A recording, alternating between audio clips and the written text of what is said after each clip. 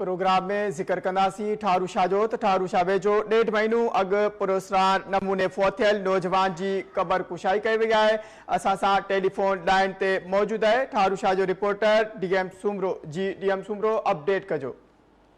हाँ जी, 1.5 महीनो पहिरां ठारू शाह भरिसां ॻोठ सादिकाबाद में पुरस्कार नमूने फोथियल नौजवान है अली खान उजण, जैसे पीर मुश्ताक उजण के दरख्वास्त से सिविल जज भिरिया डॉक्टर पीएमसी की मेडिकल की टीम है डॉक्टरन की उन्होंने अगवानी में अज ठारू शाह भरिसां ॻोठ में जो सो नौजवान की कबर कुशाई करे उनजा जुज़ा वरता विया रत जा लेबार्टी ता मोकिलिया विया जॾहिं त शक के बुनियाद ते हुनजो जेको पी है नौजवान जो फोती नौजवान जो पी मुश्ताक उजण हू चए पियो त मूंखे शक है त मुंहिंजे पुट खे संदसि जेको आहे सो सालनि ऐं ससु जेको आहे सो ज़हर ॾिनो आहे जंहिंजे करे हू फोती वियो आहे ऐं हुनखे फोत थियण खां पोइ हुनखे हुननि बिना पोस्टमार्टम जे पुराए छॾियो हुयो, जंहिं ते मां दरख़्वास्त ॾिनी आहे ऐं उनजे मथां जॾहिं त ठारू शाह थाणे ते एफआईआर दाख़िल थियल आहे। एफआईआर दाख़िल करण खां पोइ अॼु पोस्टमार्टम जेको आहे सो हुनजो कबर कुशाई करे थो वञे।